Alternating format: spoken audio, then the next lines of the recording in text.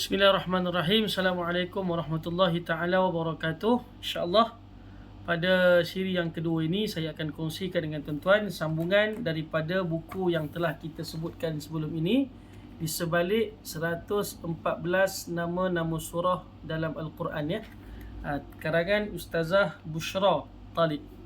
Baik, tuan-tuan dan rahmat Allah SWT, sambungan kita ialah pada surah Ali Imran. Surah Ali Imran, yang mana surah ini dinamakan dengan dalam bahasa Melayunya Keluarga Imran, mengandungi 200 ayat, dan surah ini ialah surah Madaniyah, iaitu surah yang diturunkan di kota Madinah Al-Munawwarah.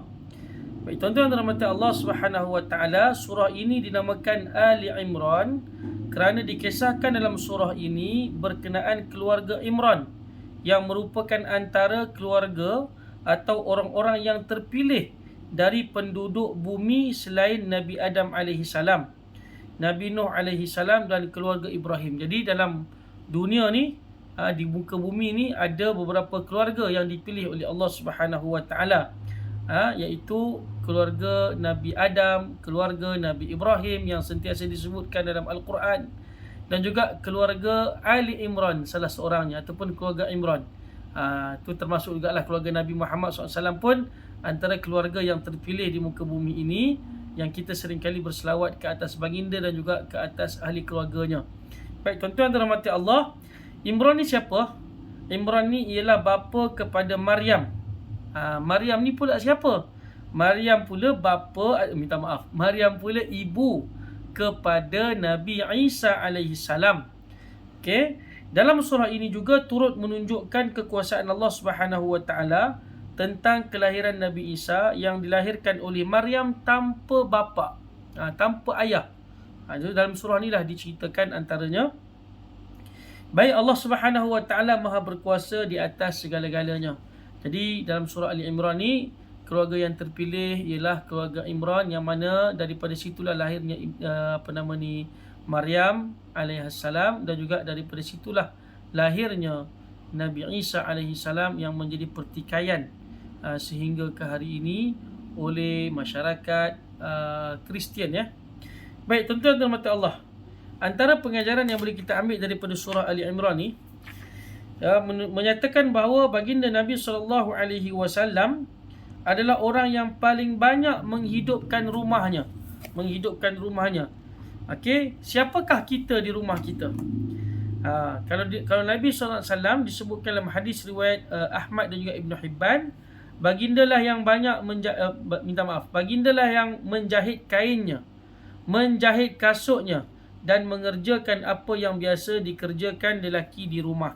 Jadi walaupun kita tahu bahawa kerja rumah yang paling asas itu adalah perempuan yang lakukan, tetapi Nabi SAW tidak ketinggalan di dalam melaksanakan hal yang sama.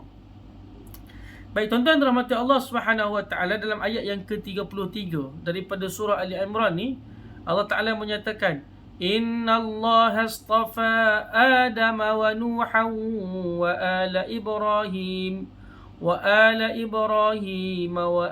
Imran 'alal 'alamin. Sesungguhnya Allah telah memilih Nabi Adam dan Nabi Nuh dan juga keluarga Nabi Ibrahim dan keluarga Imran, melebihi segala umat yang ada pada zaman mereka masing-masing. So di zaman mereka ni, inilah keluarga terpilih yang Allah Subhanahu wa taala kongsikan kisahnya dengan kita. Baik. Tahukah anda, ni kata Ustazah ni, keluarga Imran telah bernazar untuk menyerahkan anaknya kepada Allah Subhanahu wa taala, iaitu dijaga oleh bapa saudaranya, yakni Nabi Zakaria alaihi salam. Jadi mereka telah bernazar untuk kalau dapat anak, kita akan bagi anak ni untuk dijaga oleh Nabi Zakaria. Sebab itulah Maryam, ketika mana dia maknanya dilahirkan, dia dipelihara oleh Nabi Zakaria alaihi salam. Sebab tu ada kisah ketika mana Maryam alaihi salam sedang beruzlah, sedang bersendirian, sedang beribadah di mihrabnya, tiba-tiba Nabi Zakaria masuk dan Nabi Zakaria bertanyakan, anna laki hadha, daripada bagaimanakah makanan ni boleh ada, kan rezeki yang diturunkan itu. Ini tuan-tuan boleh tengoklah kisahnya nanti ya, antara Nabi Zakaria dan juga Maryam alaihissalam. Baik. Dalam surah Ali Imran ini juga ada benda yang boleh kita ambil, antaranya doa yang sering kali kita bacakan ya, iaitu doa Rabbana la tuzigh qulubana ba'da idh hadaitana wa hab lana min ladunka rahmah innaka antal wahhab. Ya Tuhan kami, janganlah engkau jadikan hati kami condong kepada kesesatan sesudah engkau beri petunjuk kepada kami, dan kurniakanlah kepada kami rahmat dari sisi engkau, sesungguhnya engkaulah maha pemberi kurnia. Ini telah tercatat dalam surah Ali Imran ni ayat yang ke-8. Okey, tuan-tuan dirahmati Allah Subhanahu Wa Taala, di sini juga ada perkara yang banyak sangat untuk kita ambil pengajaran, tapi itulah antara yang boleh kita ambil daripada surah Ali Imran. Okey, seterusnya kita nak tengok surah An-Nisa pula, suratul Nisa. Surah An-Nisa ni kalau ikut susunan Al-Quran adalah surah yang keempat, yang mana An-Nisa itu sendiri membawa makna wanita. Okey, mengandungi 176 ayat dan ia adalah surah Madaniyah, iaitu surah yang diturunkan di Madinah.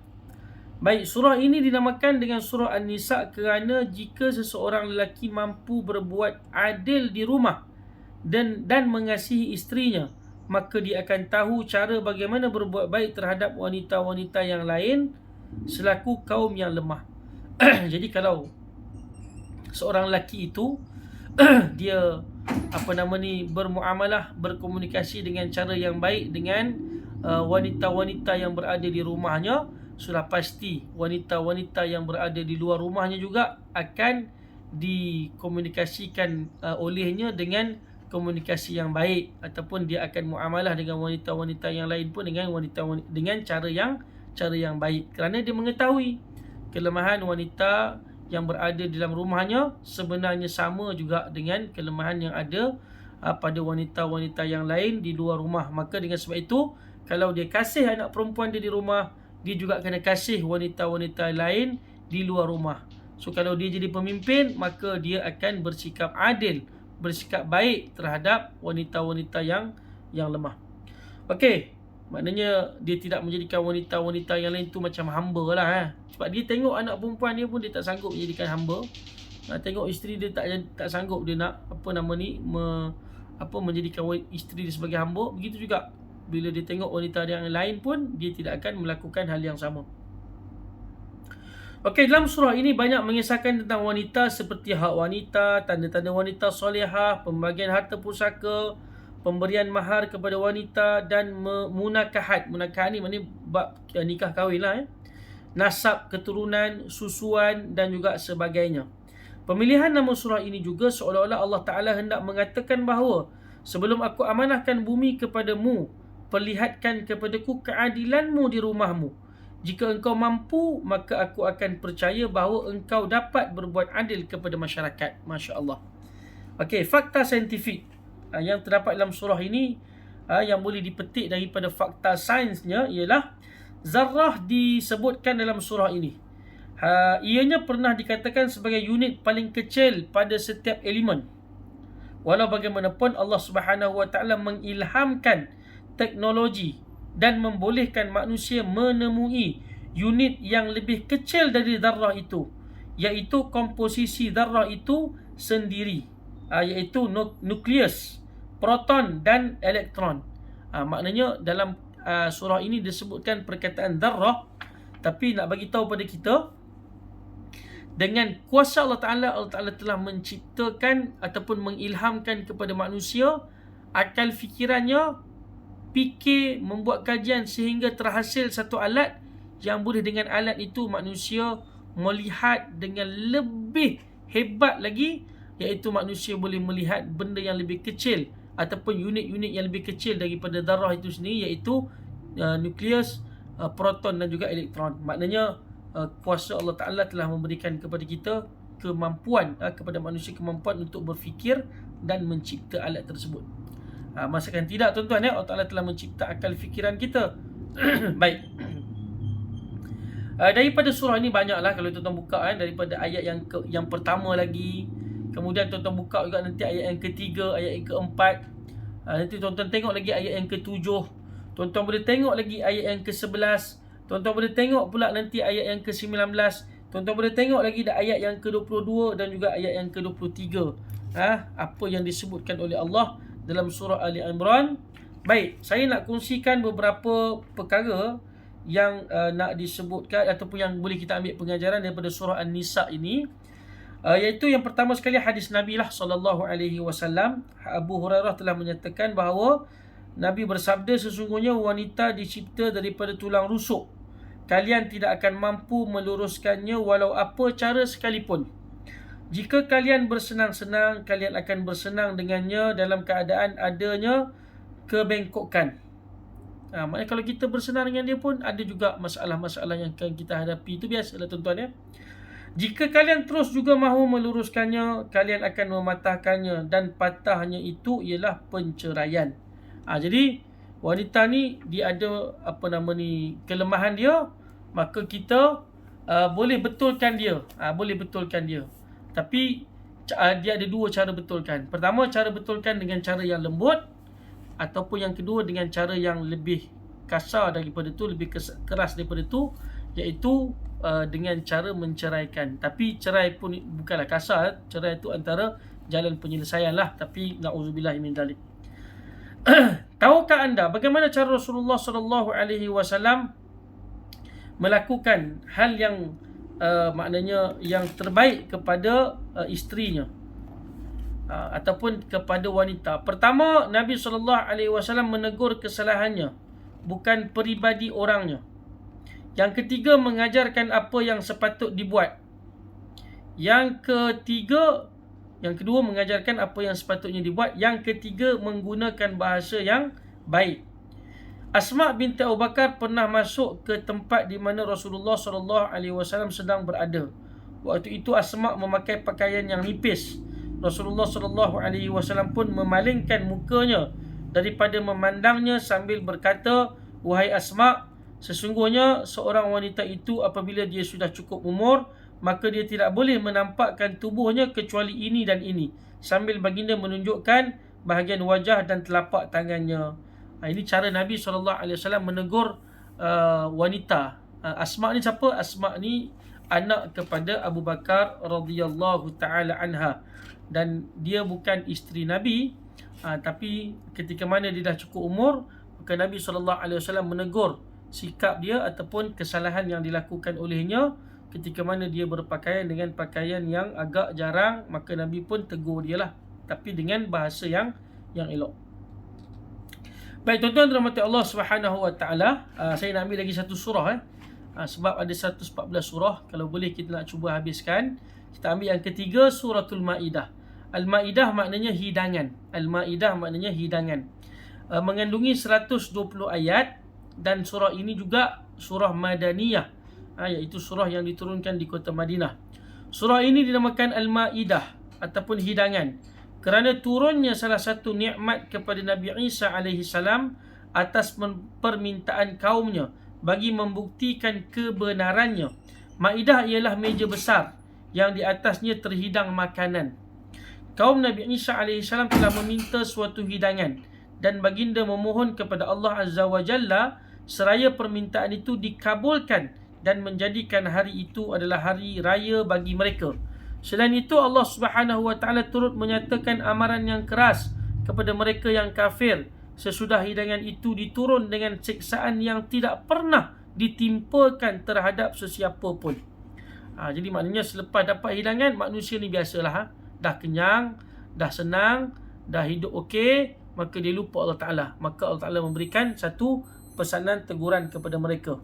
Baik tuan-tuan, ini tuan-tuan boleh tengok dalam ayat yang ke-114 berkenaan dengan hidangan yang diminta oleh Nabi Isa tu, diceritakan oleh Allah dalam ayat yang ke-114 surah Al-Maidah. Baik, tahukah anda apakah makanan yang baik untuk warga emas? Masya Allah. Makanan yang baik untuk warga emas, yang pertama, semua makanan yang digariskan dalam piramid makanan lah, yang kita tahu, yang kita dah belajar masa kita sekolah dulu. Kemudian yang kedua, makanan yang kaya dengan kalsium, terutamanya susu dan produk tenusu. tauhu, bayam, kailan dan ikan bilis. Ini baik untuk golongan yang berusia ataupun warga emas. Yang ketiga, makanan yang kaya dengan zat besi seperti daging, hati ayam dan sayuran. Masya-Allah, hati ayam tuan-tuan. Baik. Yang keempat, makanan yang kaya dengan zinc seperti ikan dan makanan laut lain. Makanan laut. Tapi jangan lebih-lebih, nanti kena gaut pula. Okey, yang kelima, bijirin seperti sarapan yang tidak ditambah gula, roti, capati dan semua jenis buah dan sayuran. Masya-Allah.